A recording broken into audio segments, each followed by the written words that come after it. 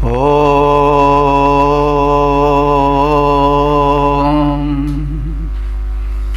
वेद प्रेमियों, सुधे श्रोताओं, परम सौभाग्य का विषय है कि हम ऋग्वेद के प्रथम मंडल के 59वें सूक्त के 5वें मंत्र की व्याख्या में प्रवेश करने जा रहे हैं।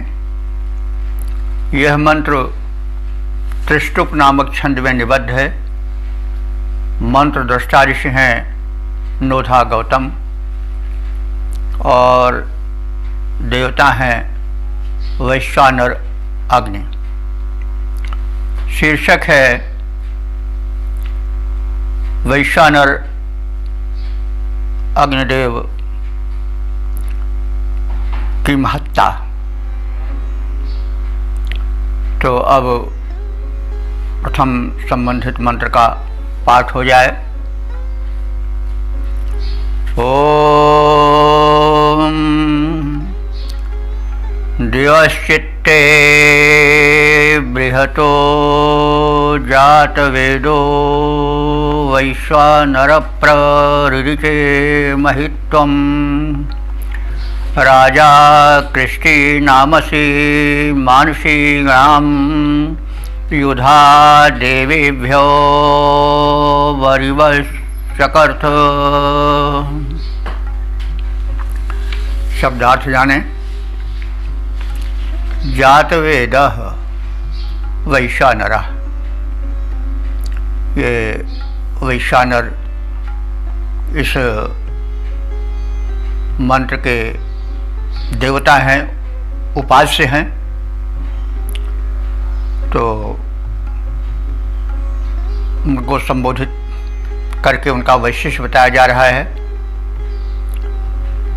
कि वे वैश्वानर हैं, यानी संपूर्ण मनुष्यों में जीवन बनकर, जठराग्नि बन करके, ताप बनकर, ऊष्मा बन करके व्याप्त हैं। और जात वेदा उनका विशेषण है। इसका अर्थ होता है जाता नाम प्राणी नाम वेत्ता इति जात वेदा। जो समस्त उत्पन्न प्राणियों को समग्रता से जानता, वह जात वेद है। अग्नि का ही वैसे पर्याय है, लेकिन अग्नि का वह रूप जो सर्वज्ञ है, उसका सूचक है जात वेद।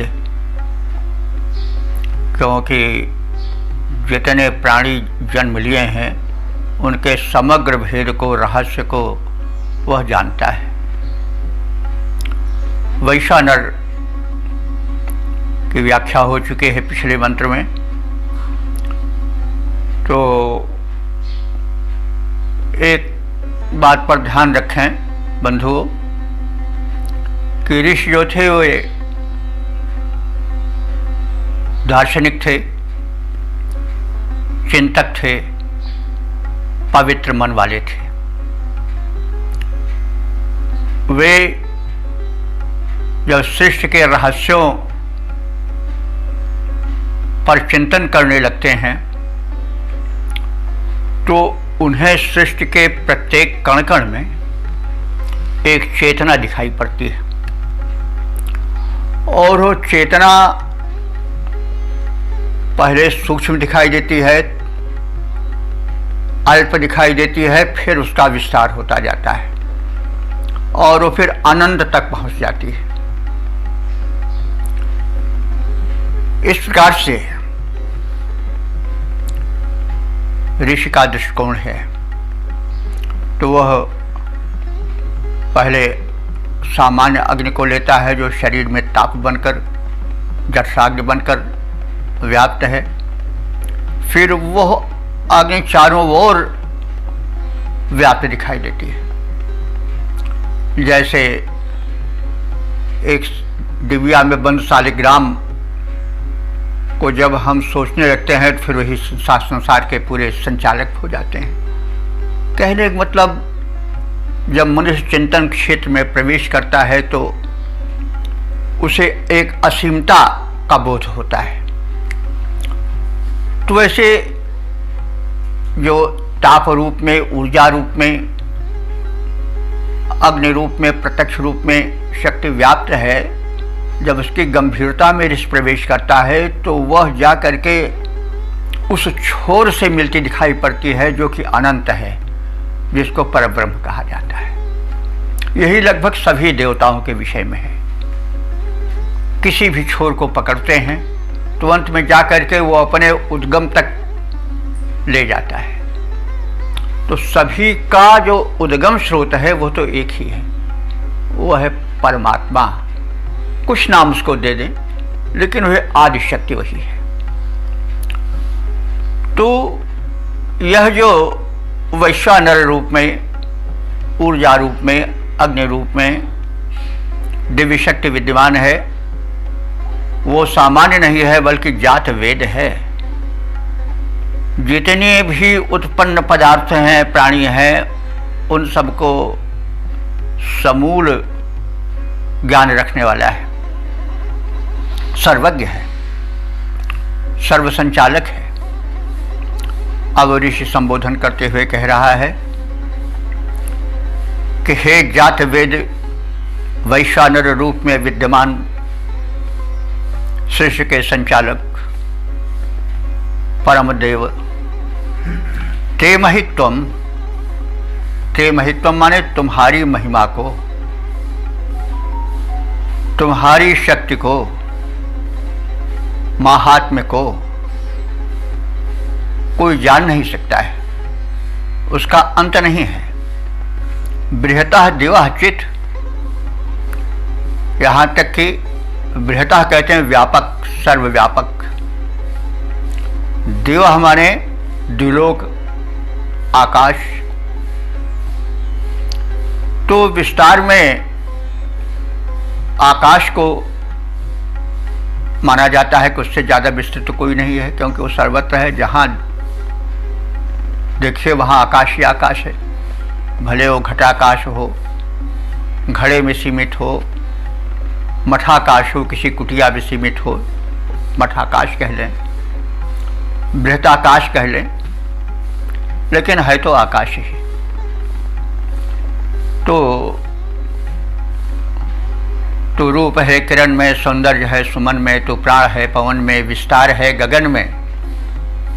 किसी कवि ने कहा कि विस्तार है गगन में, लेकिन यहाँ ऋषि कह रहा है कि जो गगन है, द्विलोक है, उससे भी बढ़ करके तुम्हारा विस्तार है। तो बृहतः दिवः चित्, तुम द्विलोक से भी बढ़ करके हो। और प्ररिचे, तुम्हारा विस्तार उसको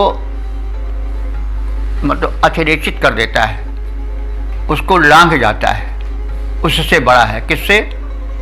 द्विलोक से, अंतरिक्ष से, आकाश से। तो आकाश तो अनंत है, उसका एक नाम अनंत भी है, लेकिन तुम उस अनंत से भी अनंत हो। तुम इतने व्यापक हो कि आकाश में तुम्हारी महिमा समा नहीं सकती है। अब यह देखिए,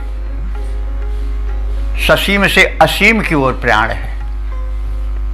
पहले अग्नि को देखा, फिर उसके बाद उस पर चिंतन मनन करने लगे, तो फिर विस्तार का अंत ही नहीं। इसको यूं भी हम समझ सकते हैं कि एक चिंगी है, हमारी छोटी सी किसी पात्र में छोटे से है, हम उसको अपने हाथ में लिए हुए हैं। लेकिन उस अग्नि का अगर विस्तार देखा जाए तो फिर त्रिलोक उसका ईंधन बन जाए तो भी उसका अंत नहीं होगा। कहाँ तक उसका विस्तार है कोई ठिकाना नहीं है तो छोटी सी चिंगी, लेकिन जब वो बढ़ने लगती है तो बढ़ते बढ़ते बढ़ते बढ़ते वो कितनी बढ़ जाए कोई ठिकाना नहीं। तीनों लोक अगर ईंधन हो जाए तो भी उसको विस्तार के लिए और कुछ चाहिए। ऐसा आभास होगा। तो कहने का यह तात्पर्य है कि जो वैश्वानर देव हैं, उपास्य हैं इस मंत्र के, वे लघु से बृहत्तर हैं और फिर बृहत्तम हैं। उनकी महिमा अपरंपार है, उनका विस्तार इतना है कि द्विलोक से भी आगे है। परिचर्य माने बढ़ चढ़ करके है, और विस्तार ही नहीं है, उनमें शक्ति भी है। मानुषी नाम कृष्टि नाम, मानुषी नाम माने मनुष्यों की, कृष्टि नाम माने प्रजाओं की। तो प्रजा से अर्थ होता है कि प्रकृष्टो जायते, प्रजा जिसका पालन पोषण हो प्रजा है। मनुष्य तो सभी मनुष्य हैं, वे मनुष्य जो कि उससे परिपालित हैं। मानवीय प्रजाएं हैं जो तुमसे परिपालित हैं, उन सबके तुम क्या हो? राजा हो। राजा हो माने स्वामी हो। राज धातु है राजते शोभते, तो जो सुशोभित हो अपने सद्गुणों के कारण वो राजा है। तो तुम स्वामी हो और साथ ही साथ सुशोभित हो अपने सद्गुणों के कारण। तो युधा देवेभ्यो वरिवः, इतना ही नहीं तुम्हारा महात्म्य है, तुम आगे बढ़ चढ़ के हो।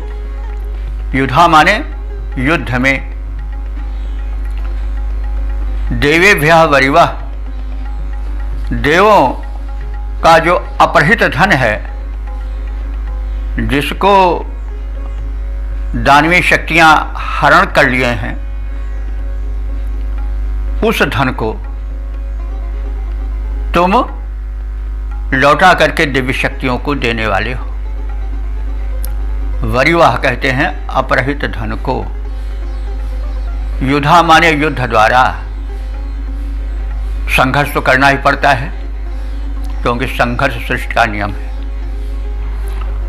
संघर्ष सभी करते हैं, देवताओं को भी करना पड़ता है, दानवों को भी करना पड़ता है, लेकिन दानवों का संघर्ष विनाशात्मक होता है, संहारात्मक होता है, इसलिए वह अच्छा नहीं माना जाता है।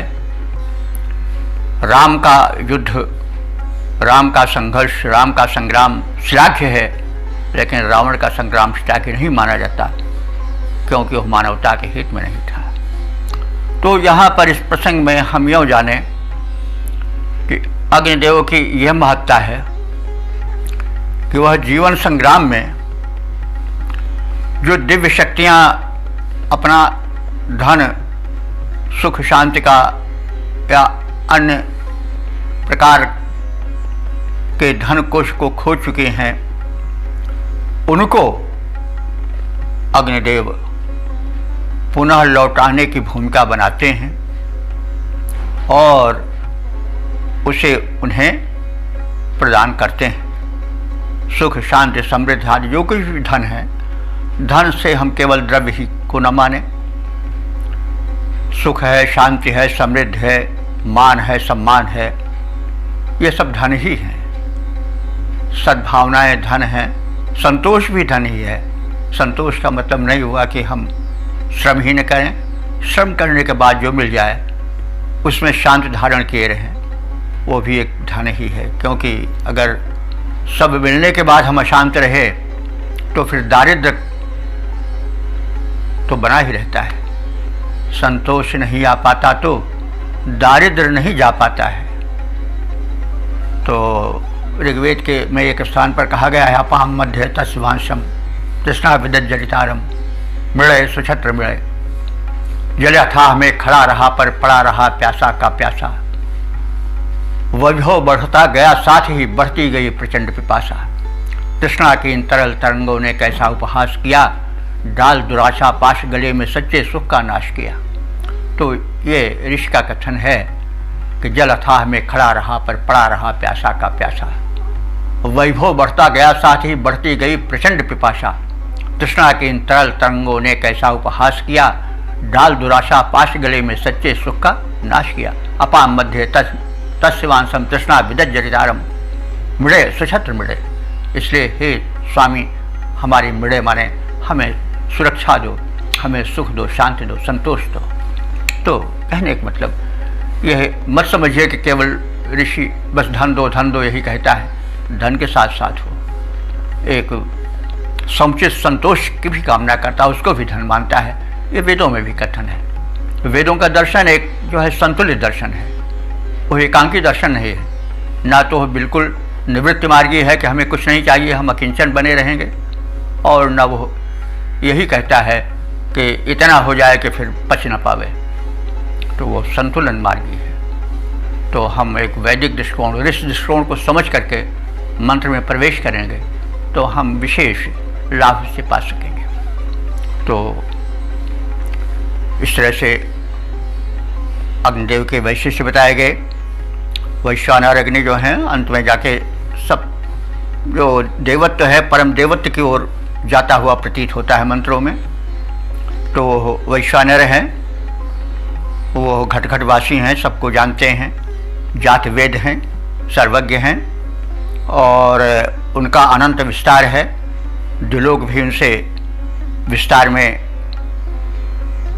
कम पड़ जाता है, उनको उनके प्रसार को नहीं संभाल सकता है। और वे समस्त मानवीय प्रजाओं के परिपालक हैं, जन जन के स्वामी हैं, और इस स्वामित्व के रूप में वो सुशोभित हैं। वे आसुरी शक्तियों के द्वारा अपहृत सुख शांति समृद्धि आदि को लौटा करके भक्तों को देते हैं, इस रूप में उनके सहायक होते हैं। आदि आदि बातें इस मंत्र में कही गई हैं। इसका हम सपाट अर्थ जान लें। हे विराट परमात्मन, तुम सर्वज्ञ सर्वसंचालक हो, तुम्हारी महिमा अनंत आकाश से भी बढ़ चढ़कर है। तुम मानवीय प्रजाओं के स्वामी हो, तुम देव शक्तियों को बल प्रदान करते हो, जीवन युद्ध में उनके अपहृत विविध प्रकार के धनों को उन्हें पुनः प्रदान करते हो। संघर्षशील हमारे जीवन को आप संपन्न करो, हमें जीवन युद्ध में विजयी बनाओ, हमारे अपहृत सुख शांति के धन को फिर हमें लौटा कर दो। यह इसका मतलब पूरा अर्थ हुआ।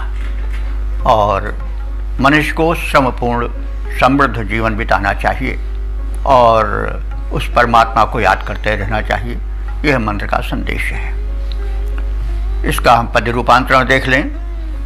जितना भी जो भी कहीं, जितना भी जो भी कहीं ज्ञान सब का तुम्हें है, जितना भी जो भी कहीं ज्ञान सब का तुम्हें है। तुम हो विराट ब्रह्म शक्ति बड़ी भारी है, तुम हो विराट ब्रह्म शक्ति बड़ी भारी है।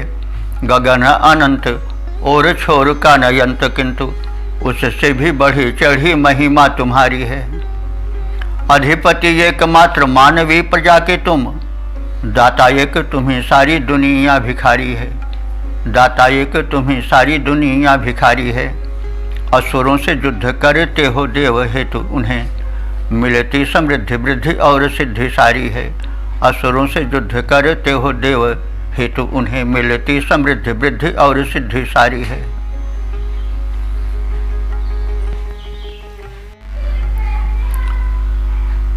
ओम वेद प्रेमियों, सुधी श्रोताओं, संप्रति हम सब ऋग्वेद के प्रथम मंडल के 59वें सूक्त के 6वें मंत्र की व्याख्या में प्रवेश करने जा रहे हैं।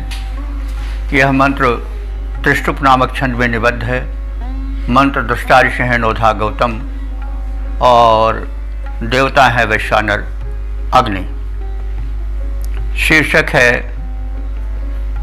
आसुरी शक्तियों के विनाशक वैश्वानर अग्नि। अब संबंधित मंत्र का पाठ हो जाए ओम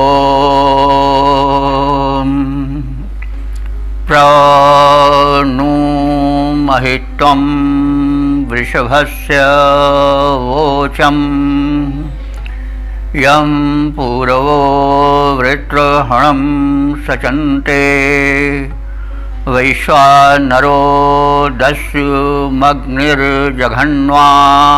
अधूनोत्काष्ठा अवशंबरं भेत।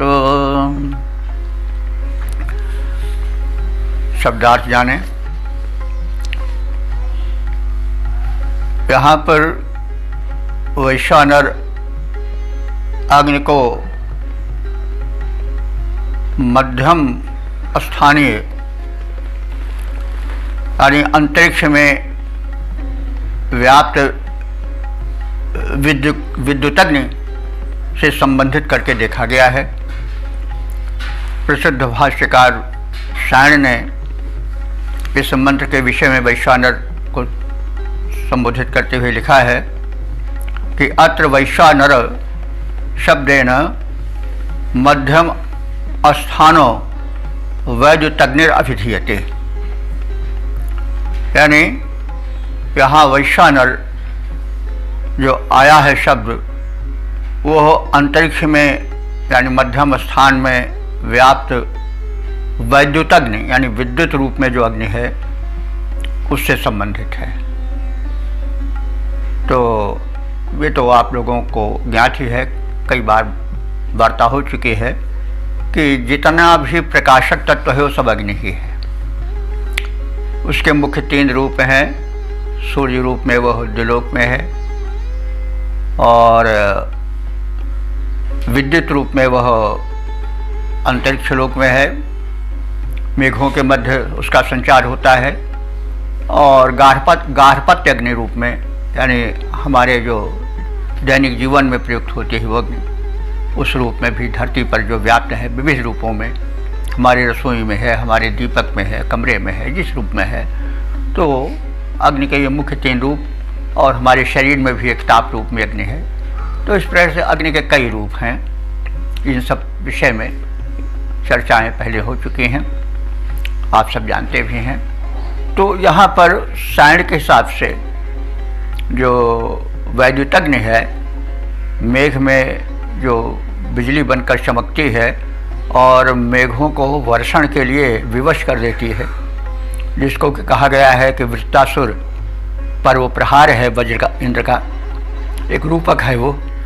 और उस वैज्ञानिक महत्व उसका यह है कि उस विद्युत प्रहार के द्वारा मेघ में एक गर्मी आती है बादलों में, और जो जल भरा रहता है वो टपकने लगता है वर्षा बन करके। ये तो उसकी वैज्ञानिकता है।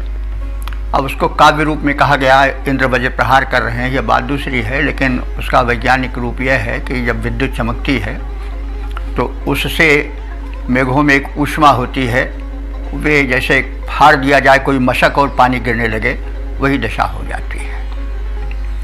तो अब इस परिप्रेक्ष्य में हम अर्थ को देखें, और इस सिलसिले में जब वज्रपात की बात आती है और इंद्र की बात आती है तो वृत्तासुर की भी बात आ जाती है।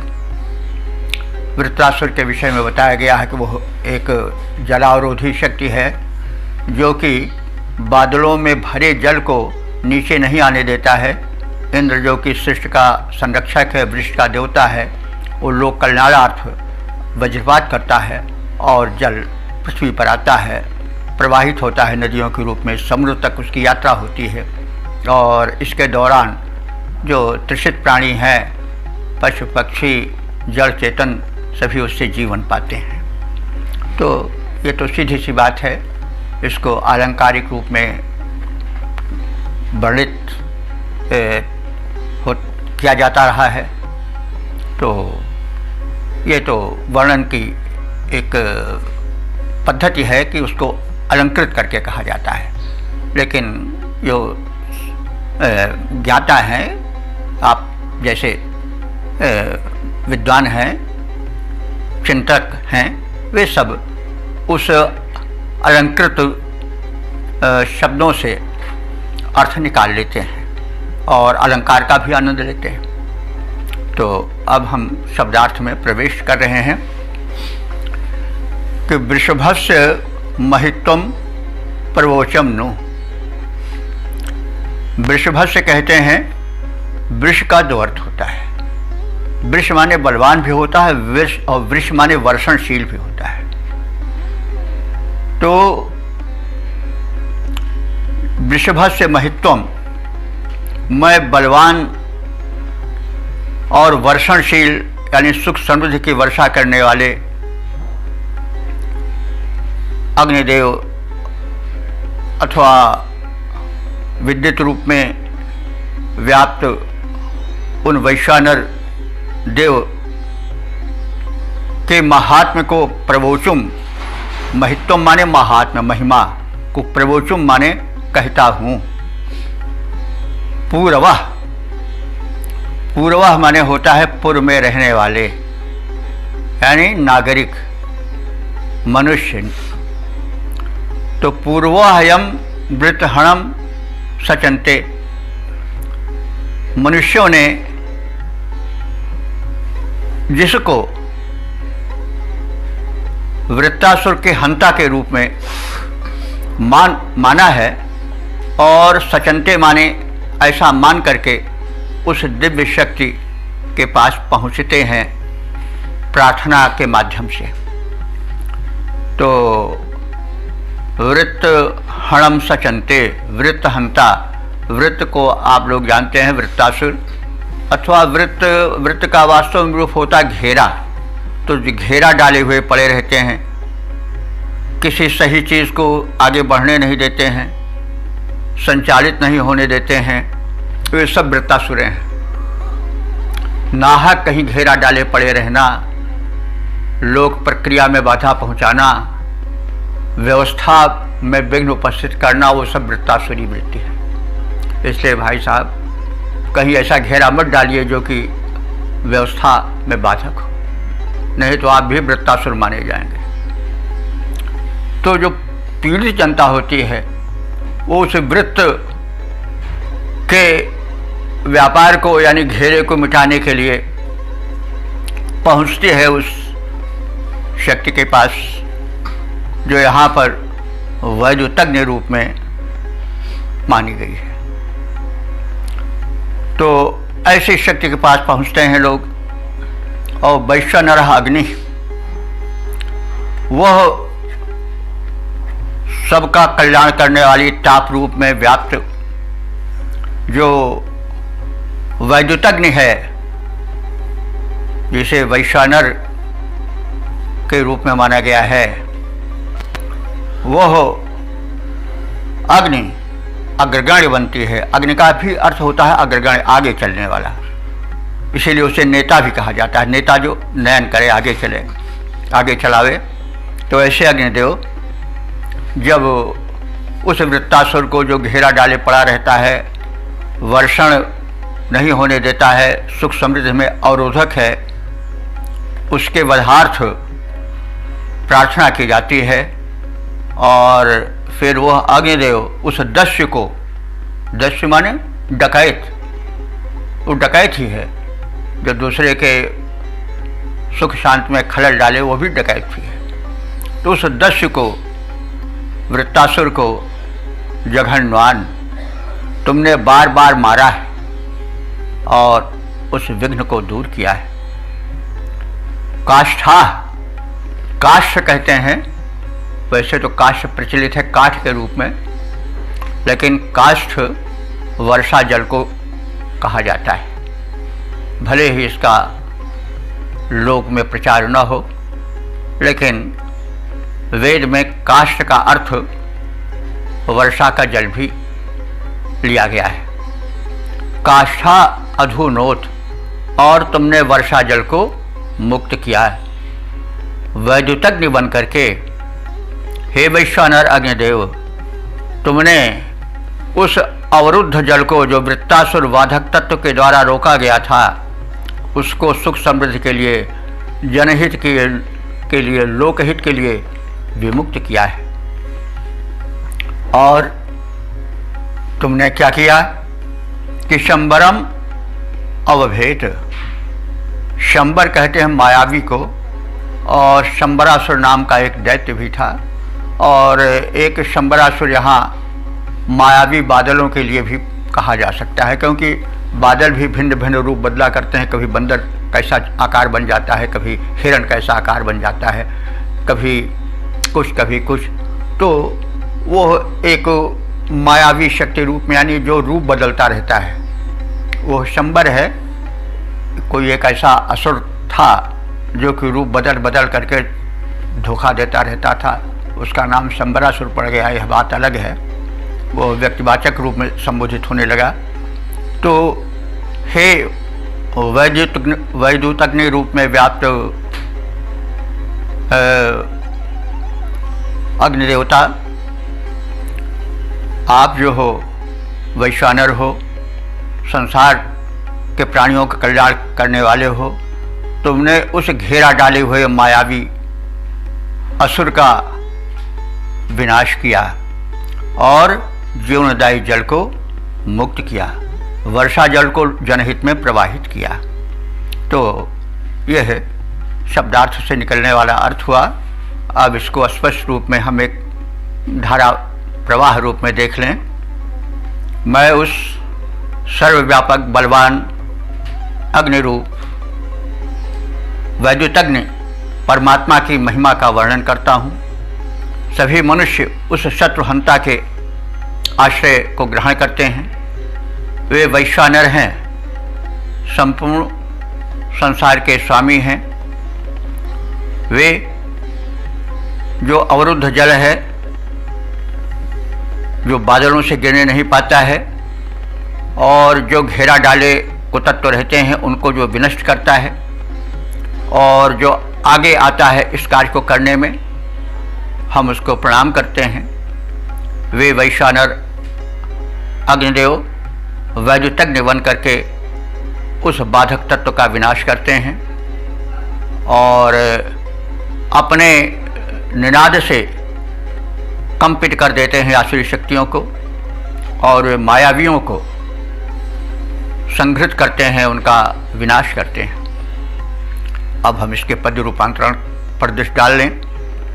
गुणगान करता हूँ उसी भगवान का मैं, गुणगान करता हूँ उसी भगवान का मैं, महाप्राणवान जो कि सत्व प्राणहारी हैं, त्राणकारी मानवों का स्वामी सारी सृष्टि का है, कर देता आश्रितों की नष्ट भीति भारी है।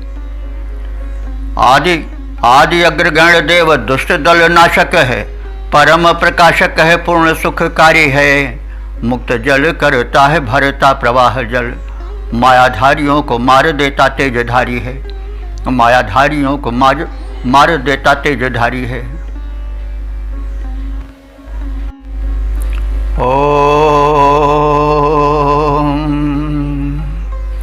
वेद प्रेमियों, सुधी श्रोताओं, संप्रति हम सब ऋग्वेद के प्रथम मंडल के 59वें सूक्त के 7वें मंत्र की व्याख्या में प्रवेश करने जा रहे हैं।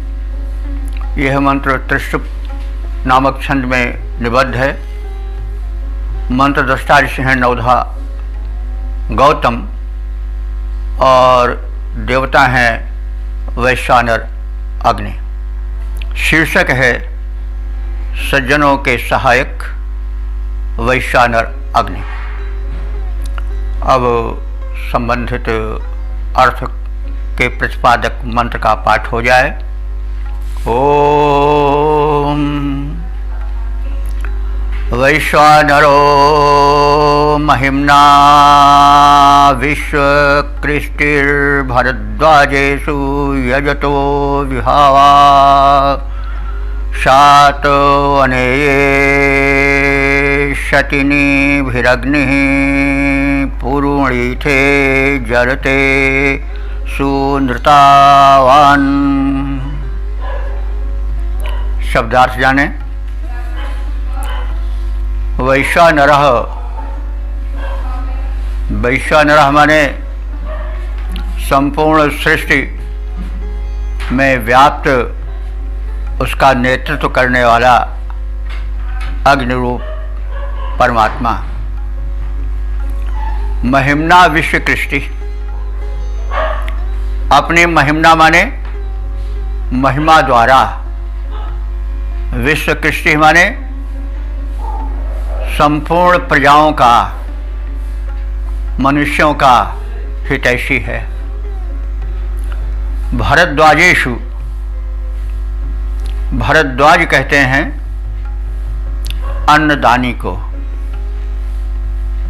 भरत और वाज दो शब्द हैं। भरत माने जो भर दे, वाज माने अन्न को। तो वाज माने शक्ति भी होता है, लेकिन यहाँ पर उसका दानी रूप है, इसलिए अन्न ही अर्थ लेना ठीक होगा। वैसे भरद्वाज एक ऋषि भी थे, प्रसिद्ध ऋषि थे। रामायण में भी उनका वर्णन है। तो नाम भी किसी गुण के कारण ही होता है। तो भरद्वाज जी अन्नदान देते रहे होंगे, इसलिए उनका नाम भरद्वाज पड़ गया। भरतवाज इत भरद्वाज, जो वाज माने अन्नम भरत इति भरद्वाज।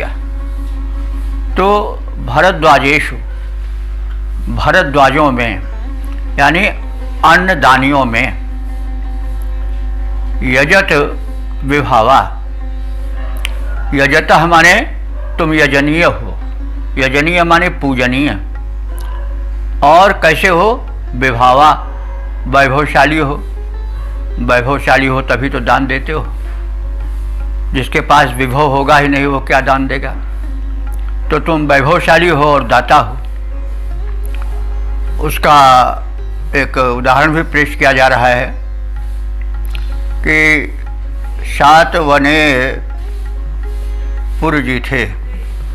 शातवने माने शतवन नाम के एक राजा थे, उनके पुत्र थे पुरनीत। तो उन्होंने यज्ञ किया था और उस यज्ञ में इन वैश्वानर अग्निदेव की कृपा से काफ़ी अन्न धन वहाँ उपलब्ध हुआ था। वैसे कृपा तो सब उसी की रहती है और उसी की कृपा से सब कुछ उपलब्ध होता है। लेकिन यह एक विशिष्ट वृत्तांत है जिसमें कि अन्न की आवश्यकता थी और भरपूर अन्न उपस्थित हो गया। उसको इन वैश्वानर अग्निदेव की कृपा मानी गई। वैसे हम चाहें तो व्यक्तिवाचक रूप में भी इसका अर्थ कर सकते हैं।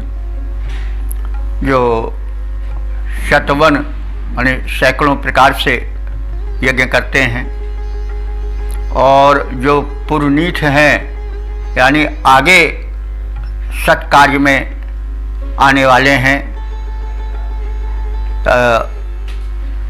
विविध प्रकार के यज्ञ करते हैं। अन्नदान भी एक यज्ञ ही है। जैसे आप सब जानते हैं कि यज्ञो वैश्य समम कर्म, प्रत्येक शुभ कार्य जो लोकोपकारी है वो यज्ञ ही है। तो जो सैकड़ों प्रकार से विविध रूप में शुभ कर्म करने में अग्रगण्य होते हैं, वे सब शतवन पुरनीत के अंतर्गत आते हैं। वे जब यज्ञ करते हैं, शुभ कर्म करते हैं, तो पहले जो है अन्न दान बहुत बड़ा दान माना जाता था, क्योंकि अन्न से ही पोषण होता था और अन्न उतना सुलभ नहीं था, इसलिए अन्नदान को बहुत बड़ा दान माना जाता था।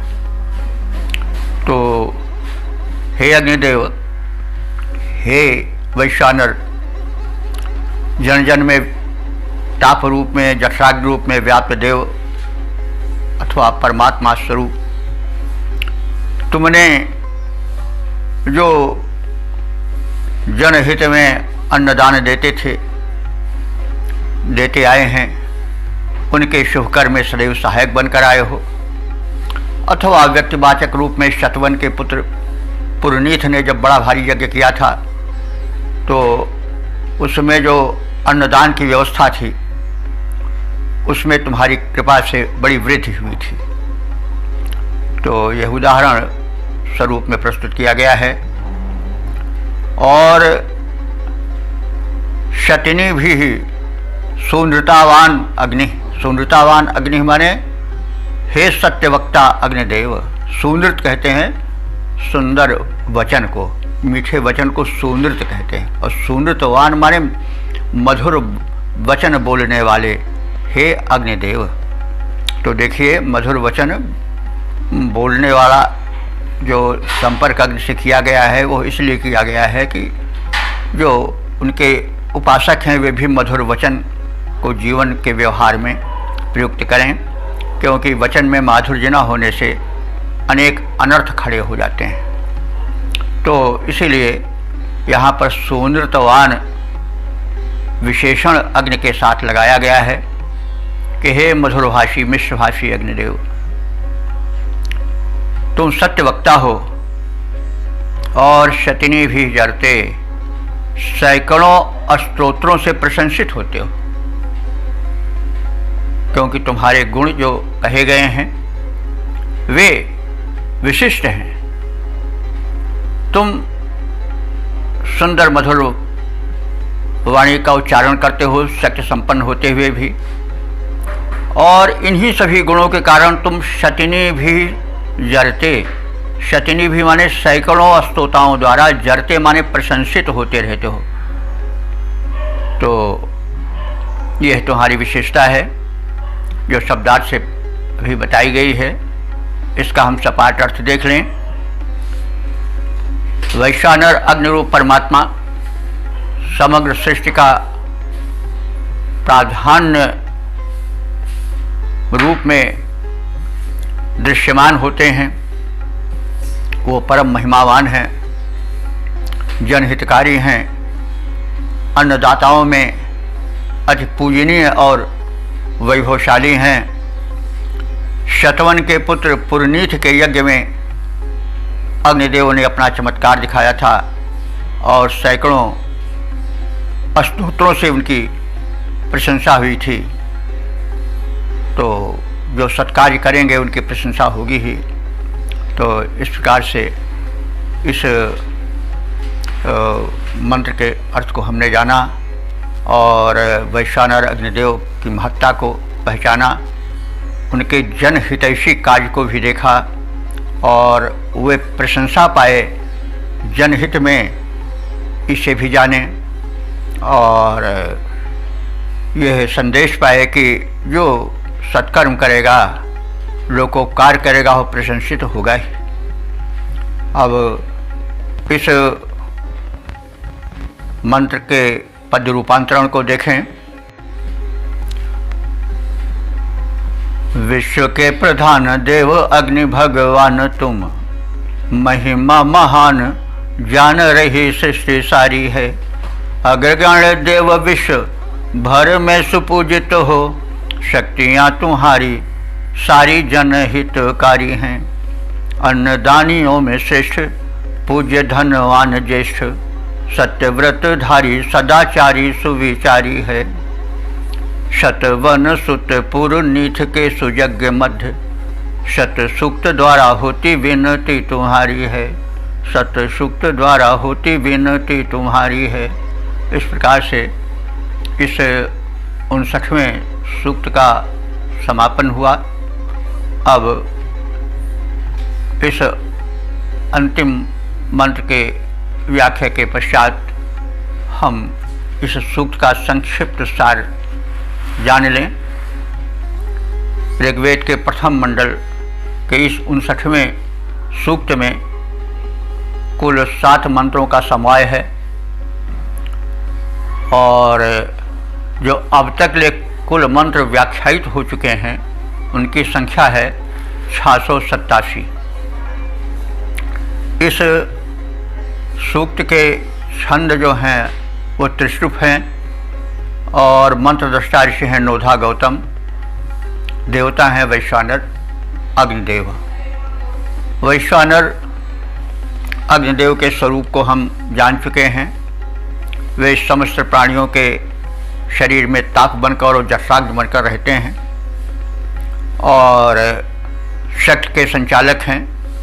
जब तक शरीर में ताप रहता है, जठराग्नि तीव्र रहती है, तब तक मनुष्य में शक्ति और जीवन व्याप्त रहता है। इनकी महत्ता हम जानते हैं, परमात्मा का प्रकाशक रूप है। और यह हम जब स्वरूप देखते हैं वैश्वानर का, तो यह आभास होता है कि ऋषि पहले सामान्य अग्नि से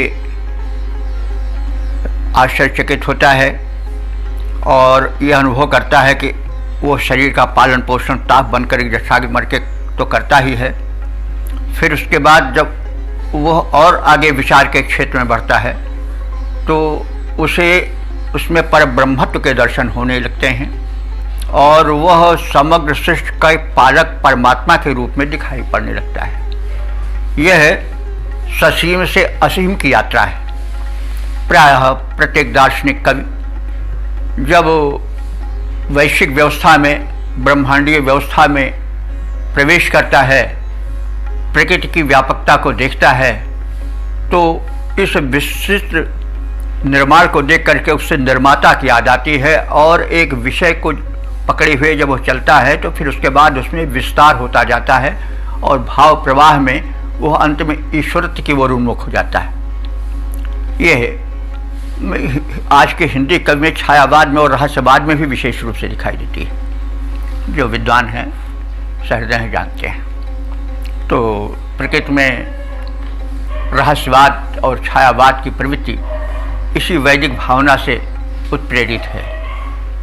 तो अब इसका हम चाहें तो मंत्रवाद इस रूप से देख सकते हैं कि पहले मंत्र में बताया गया है कि समस्त अग्नियों का जो स्रोत है वैश्वानर है।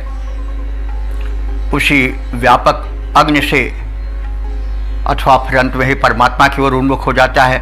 समस्त अग्नियाँ, समस्त प्रकाश निकले हैं और जैसे सूर्य में उसकी किरणें अनंत हैं लेकिन उसी से निकलती हैं फिर उसी में समाविष्ट हो जाती हैं, वैसे वह वैश्वानर समग्र सृष्टि में व्यापक परमात्मा है।